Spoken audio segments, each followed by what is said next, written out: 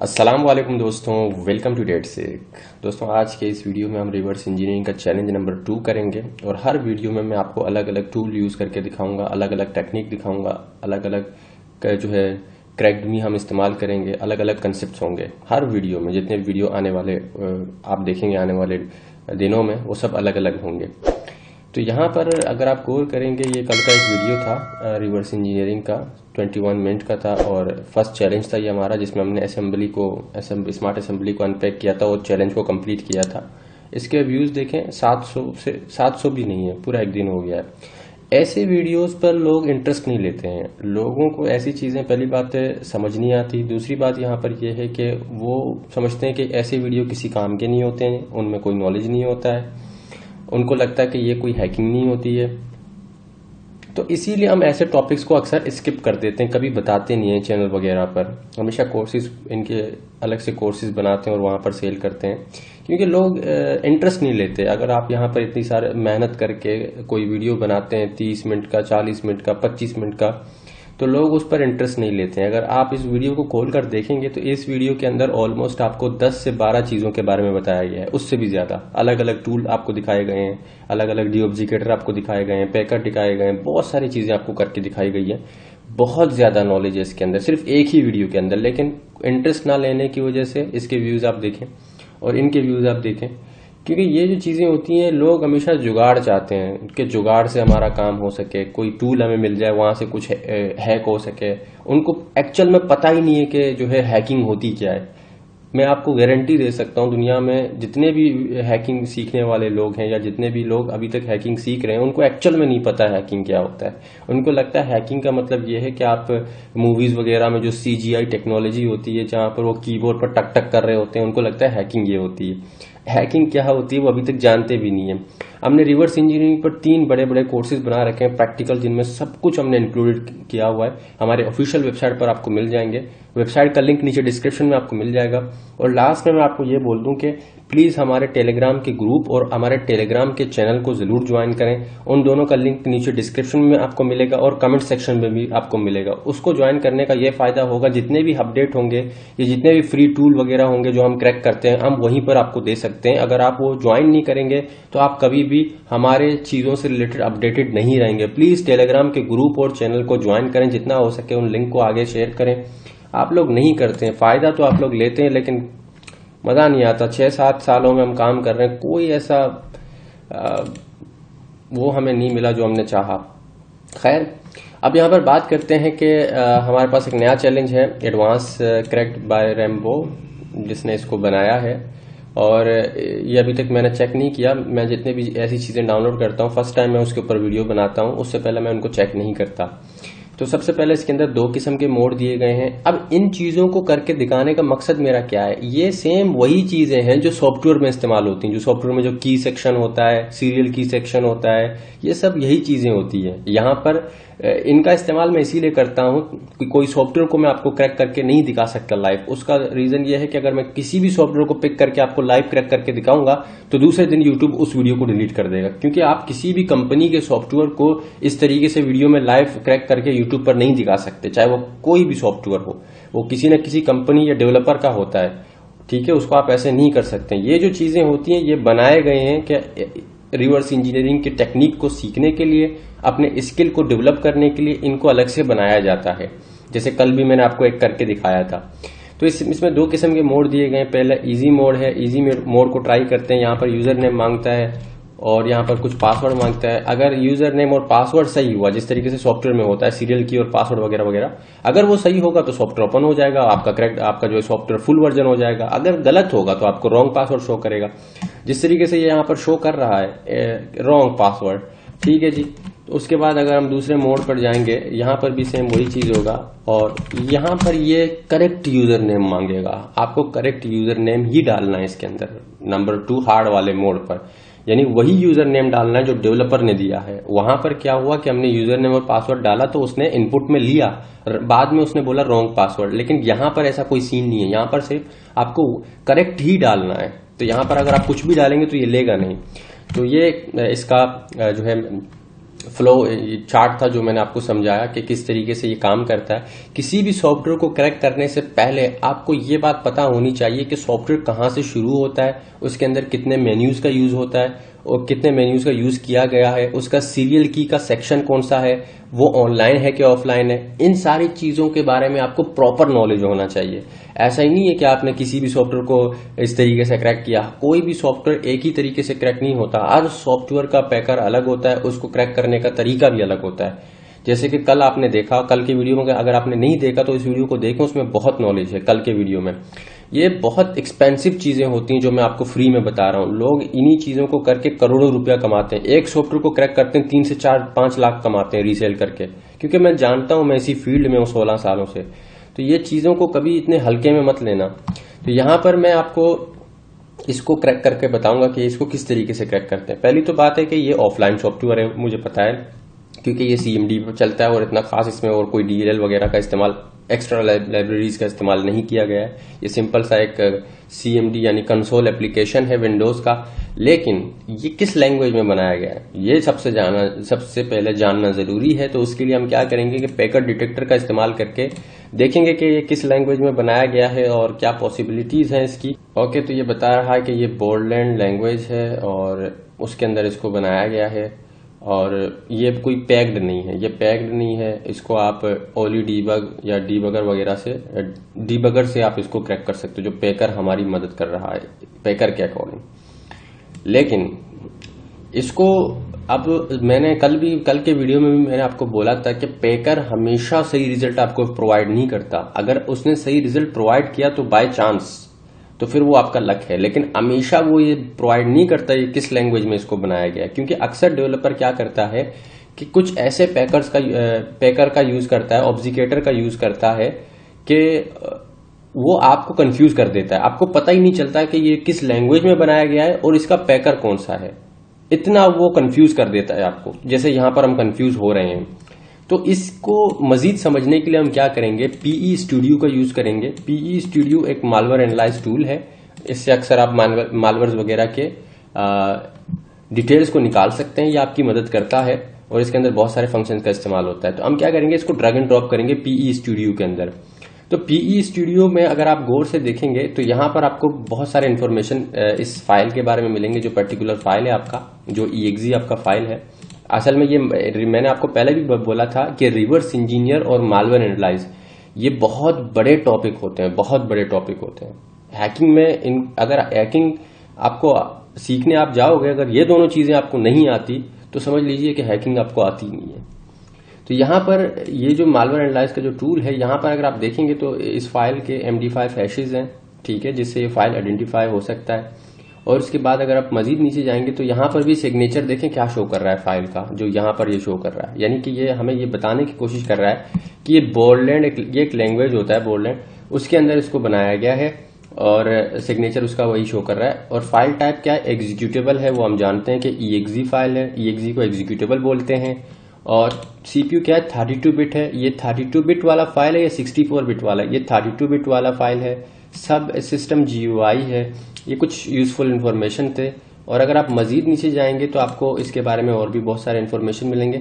लेकिन अगर आप यहाँ पर गौर करेंगे इन चीज़ों को, यहाँ पर जैसे कि मैं आपको बता दूं, यहाँ पर इस डायरेक्टरी में आप जाएंगे, सॉरी यहाँ पर सेक्शन फाइल में अगर आप जाएंगे तो आपको और भी ज़्यादा इन्फॉर्मेशन इस फाइल के बारे में मिलेंगे। जैसे वैल्यूज़ होते हैं और प्रॉपर्टीज़ में उसके नाम, रॉ एड्रेस, ये हम मजीद आगे सीखेंगे। अगर आपने इस टॉपिक में इंटरेस्ट लिया, वीडियो के व्यूज़ वगैरह अगर ज़्यादा हुए तो इन चीज़ों के बारे में मजीद डिटेल से हम बात करेंगे। और कोर्सेज में तो इन चीज़ों के बारे में ऑलरेडी बताया गया है।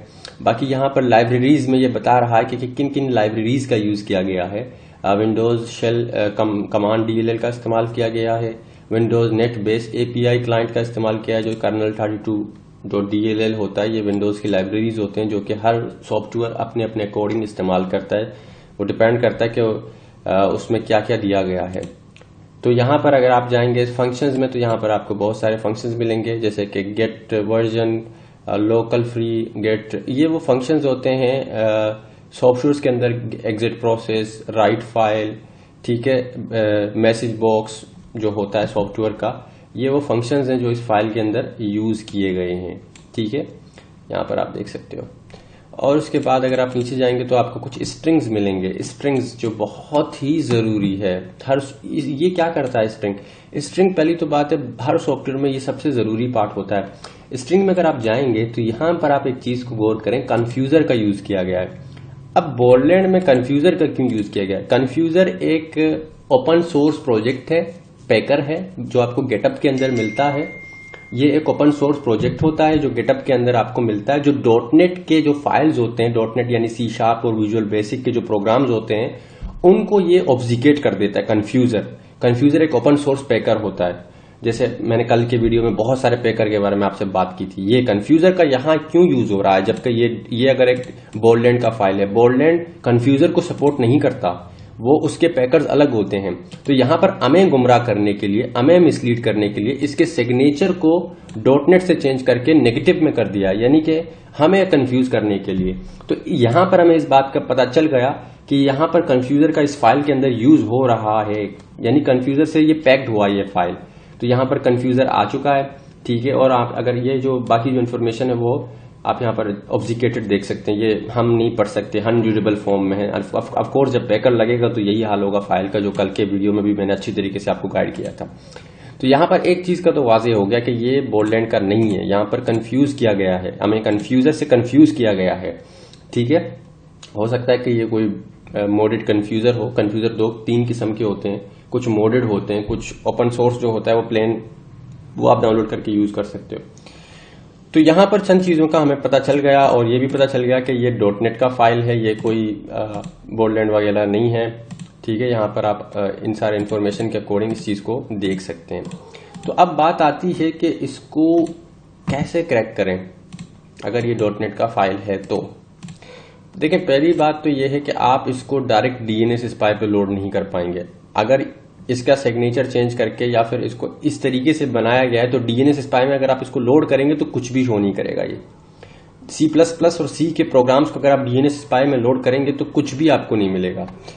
क्यों नहीं मिलेगा? उसका रीजन ये है कि डॉटनेट ये जो DNS स्पाई जो है वो सिर्फ और सिर्फ डॉटनेट के फाइल्स को ही सपोर्ट करता है, जो डॉटनेट के प्रोग्राम्स होते हैं उनको ही सपोर्ट करता है। बाकी जितने भी प्रोग्राम्स होते हैं उनके लिए आप डीबगर्स का यूज करते हो, XDBG, OLIDBG, IDA Pro वगैरह वगैरह। अब यहां पर क्या करते हैं कि इसको ओपन करते हैं, ये ओपन हो चुका है यहां पर, ठीक है। और इस फाइल को लोड करते हैं इसके अंदर, और देखें आपके सामने कुछ भी नहीं है, सिर्फ PE और कुछ इंफॉर्मेशन आपको दे रहा है जो किसी काम के नहीं है। हमें वो चाहिए जो कल हमने देखा था, वरना इससे हम कुछ भी नहीं कर सकते हैं। तो अब क्या होगा यहां पर, अब ऐसे फाइल्स को डंप करना पड़ता है। अब इसको डंप करने के लिए हम क्या करेंगे, मेगा डंपर का इस्तेमाल करेंगे इसको डंप करने के लिए। तो हम यहां से मेगा डंपर का हम इस्तेमाल कर लेते हैं, ठीक है जी। मेगा डंपर हमारी मदद करेगा इस फाइल को डंप करने के लिए। तो हम इसको यहां से पहले ओपन कर लेते हैं और मेगा डंपर को हम यहां से ओपन कर लेते हैं। अब हम इस फाइल को अपनी रियल शक्ल में लेके आएंगे। यह है तो डॉटनेट का फाइल। PE स्टूडियो से आपने इस बात का पता लगा लिया कि इसको कंफ्यूजर से कंफ्यूज किया गया है। जब हमने इसको DNS स्पाई में लोड किया तो हमारे पास कोई इन्फॉर्मेशन नहीं आया। ओके जी, तो यहां पर आप आएंगे तो ये आपका फाइल है और यहां लिखा है ट्रू, यानी ये डॉटनेट ट्रू। जिनके ऊपर फॉल्स है वो डॉटनेट के फाइल नहीं है। तो यहां पर इसको डंप कर देते हैं। डंप जब हम इसको करेंगे तो एक नया फाइल हमारे पास आ जाएगा। डंप करने से यह होता है कि प्रोग्राम मेमोरी से निकलकर आपके पास एक न्यू फाइल आ जाता है। ये फाइल आपका डंप हो गया, डंप गलत लोकेशन पर हुआ है। यहां पर चलते हैं, इस लोकेशन पे ये फाइल डंप हुआ है, ठीक है जी। यार ये रहा, ये फाइल्स है, यहां पर मैं इसको ओपन करता हूं। ओके, ये नहीं है, वो दूसरा वाला फाइल है, आई थिंक ये फाइल है। ओके, ये हमारे पास डंप हो चुका है। इसको हम क्लोज कर देते हैं, इसको डिलीट कर देते हैं क्योंकि इसकी जरूरत नहीं है। ये वाला फाइल है वो फाइल। अब ये डंप हुआ, इसको अगर हम यहां पर ड्रैग एंड ड्रॉप करेंगे तो आप यहां पर देखें आपके सामने कुछ ये आए। पहले ये ऐसा कुछ शो नहीं हो रहा था, सिर्फ ये शो हो रहा था। अब यहां पर आपके सामने मेन गेम स्टार्ट हुआ। कंफ्यूजर की निशानी ये होती है कि कंफ्यूजर इस तरीके से होता है, उसका कोड जो होता है, ये मैं आपको खुद ही इंट दे रहा हूं, वैसे कोई आपको ये बताएगा नहीं। और दूसरा यहां पर लिखा होता है कंफ्यूज बाय। ये कंफ्यूजर पैकर की निशानी होती है। हर पैकर की अपनी अपनी एक निशानी होती है। अगर आप ये सब कुछ जानना और सीखना चाहते हैं तो ये सिर्फ और सिर्फ आपको हमारे डॉटनेट के रिवर्स इंजीनियरिंग कोर्स में ये सारा डिटेल आपको मिलेगा कि हर पैकर किस तरीके से काम करता है। ठीक है। लेकिन अब ये किसी काम का नहीं है, इसके अंदर कोई कोड नहीं है, कहां से हम क्या क्या रीड करेंगे। यहाँ पर ये सारा पूरा सिस्टम इस तरीके से है, हम कुछ भी नहीं रीड कर सकते। देखिए सब इनक्रिप्टेड है, यहाँ पर कोई कोड शो नहीं होता। तो अब इसको अनकन्फ्यूज करना पड़ेगा, इसको दोबारा डी ऑब्जिकेट करना पड़ेगा। उसके लिए हम क्या करेंगे कि यहां पर हम इसको अनऑब्जिकेट कर देते हैं, यानी ये पहले कन्फ्यूजर से ऑब्जिकेट किया गया है, अब इसको डी ऑब्जिकेट कर देते हैं, दोबारा रियल शक्ल में लाते हैं, जो कि प्लेन शक्ल में होगा, जहां पर हम उसको रीड कर पाएंगे कोड वगैरह को। तो इसके लिए कुछ प्राइवेट टूल का इस्तेमाल होता है, जो कि मैं इस वीडियो में यूज करूंगा, और ये सिर्फ और सिर्फ आपको हमारे रिवर्स इंजीनियरिंग कोर्स में ही मिलेंगे। तो मैं यहाँ पर कुछ प्राइवेट टूल का इस्तेमाल करूंगा अभी। ओके जी, तो कन्फ्यूजर का जो प्राइवेट टूल है वो उसका इस्तेमाल करके इसको डी ऑब्जिकेट करेंगे। ड्रैग एंड ड्रॉप, ये इसने डी ऑब्जिकेट कर दिया। इसने जितने भी प्रॉक्सी वगैरह और जितने भी मेथड कन्फ्यूजेस थे, जितने भी स्ट्रिंग जो है वो इनक्रिप्टेड थे, सबको इसने डिक्रिप्ट कर दिया और एक नया फाइल आपको ला कर दे दिया। ये हो गया तरीका। अब नए वाले फाइल को हम डीएनएस स्पाई में लोड करेंगे और दोबारा देखेंगे अब क्या शक्ल है इसका। अगर आप अब देखेंगे तो अभी भी जो है वो कुछ इस तरीके से आ रहा है आपके सामने। ऑलमोस्ट इसने सब कुछ डिक्रिप्ट कर दिया है। ये देखें प्लेन फॉर्म में इसका सारा कुछ आ रहा है। इसका गेम सिर्फ यहीं तक था और ये यूजफुल नहीं है, ये हमारे किसी काम के नहीं है। हमारा काम सिर्फ यहाँ है। हालांकि फुली इसने डी ऑब्जिकेट नहीं किया, लेकिन जो यूजफुल चीजें थी वो यहां तक हैं बस। ये कंसोल एप्लीकेशन है तो सिर्फ यहीं तक है। अब क्या हो रहा है इसमें, कंसोल इफ का इस्तेमाल किया गया, इफ स्टेटमेंट और इफ कंसोल रीड लाइन। अगर पासवर्ड सही हुआ, अगर यूजर नेम सही हुआ, तो यहां पर गुड पासवर्ड शो होना चाहिए। एल्स का मतलब है नहीं तो बोलना रॉन्ग पासवर्ड। अब ये प्रोग्राम होता है, प्रोग्राम इसी तरीके से काम करता है। तो अब इसको ट्राई करके देखते हैं। इसको हम ओपन करते हैं, ठीक है।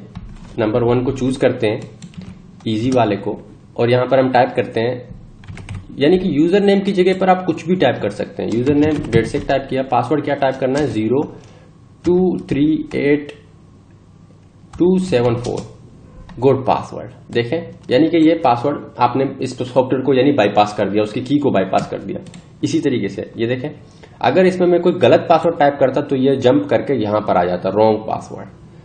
अगर मैं इसको पासवर्ड गलत दे भी दूं तब भी ये गुड पासवर्ड बोले, वो कैसे होगा? ये सिर्फ और सिर्फ आपको हमारे रिवर्स इंजीनियरिंग कोर्स में ही पता चलेगा कि अगर आप इसको गलत पासवर्ड दें भी दें तो कैसे होगा। वो मैं अभी आपको यहां नहीं बता सकता।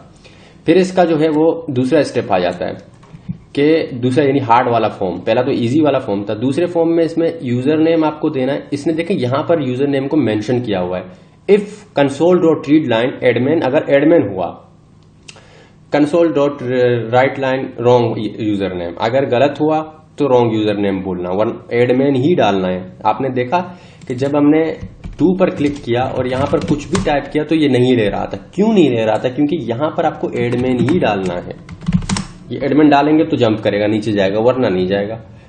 तो और उसके बाद inter password, string read line console string, ये जो है ना, ये इफ, यहां पर इफ का इस्तेमाल किया गया। इफ A2 str2+2, ये सारे अगर इक्वल हुए तो आपको जो है गुड शो करना है, अदरवाइज आपको रॉन्ग पासवर्ड शो करना है। तो इसको अब क्या कैसे करेंगे? इसको करने के लिए आपको जो है वो ये जितने भी यहां पर लिखे हुए हैं इनको कॉपी 1 बाय 1 कॉपी करके इसमें पेस्ट करना पड़ेगा। ये और ये रॉन्ग पासवर्ड, अभी भी रॉन्ग पासवर्ड शो कर रहा है। इसने रॉन्ग पासवर्ड इसलिए शो किया कि यहां पर जो है आपको कुछ इस तरीके से करना पड़ेगा। मैं आपको बता देता हूं किस तरीके से। यहां पर 2 पे जाएंगे, एडमिन टाइप करेंगे और उसके बाद इंटर करेंगे। एडमिन इस तरीके से ही लिखना है और यहां पर जो है आपको पहले जो है आपको 2 सेलेक्ट करना है, उसके बाद रॉन्ग पासवर्ड। ओके, यहां पर हम चलते हैं एडमिन 2 आप सेलेक्ट करेंगे, उसके बाद 3 को सेलेक्ट करेंगे, उसके बाद 4 को सेलेक्ट करेंगे, फिर 1 को सेलेक्ट करेंगे इस तरीके से, और फिर 1 को आप सेलेक्ट करेंगे इस तरीके से। Good password. अब यहां पर इसने क्या दिमाग लगाया है, पहले जो इसने 2 को यूज किया है, फिर 3 को, फिर 4 को, फिर 1 को, इस तरीके से। हमने क्या किया था कि अगर इस तरीके से आप करेंगे तो गलत देगा, आपको इसी तरीके से इस्तेमाल करके फिर इसको गुड पासवर्ड में कन्वर्ट करना होगा। अब जरूरी नहीं कि आप सही पासवर्ड दें। आप अगर आप रिवर्स इंजीनियर हैं तो आप इसको बाईपास भी कर सकते हैं, बगैर पासवर्ड के आप इसको गुड पासवर्ड पर लेके आ सकते हैं। ये सारी चीजें आपको रिवर्स इंजीनियरिंग कोर्स में मिलेंगी। इस सॉफ्टवेयर को भी हमने सक्सेसफुली क्रैक कर दिया और दोनों सेक्शन को मैंने आपके सामने क्रैक किया, अनपैक किया इसको। हमने यहाँ पर फेक सिग्नेचर देखा, बहुत सारी चीजें आपने देखी, नए टूल मैंने आपको दिखाए और भी बहुत सारे आने वाले वीडियोज में हम देखेंगे। ये रिवर्स इंजीनियरिंग का टॉपिक नंबर 2 था। अगर आपको ये वीडियोस पसंद आते हैं, अगर आप ऐसे डीप नॉलेज हासिल करना चाहते हैं हैकिंग से रिलेटेड, तो प्लीज इन वीडियो को ज्यादा से ज्यादा शेयर करें। आप जितना शेयर करेंगे, जितने व्यूज इनके ज्यादा होंगे, हमारी हौसला अफजाई ज्यादा होगी और हम आपके लिए और वीडियोस बनाते हैं, आने वाले वक्त में और वीडियोस बनाएंगे। अगर इस तरीके से व्यूज कम आएंगे तो इन वीडियोस को बनाने का कोई फायदा ही नहीं है। तो फिलहाल मुझे दीजिए इजाजत, फिर मिलेंगे नेक्स्ट टॉपिक में। अल्लाह हाफिज।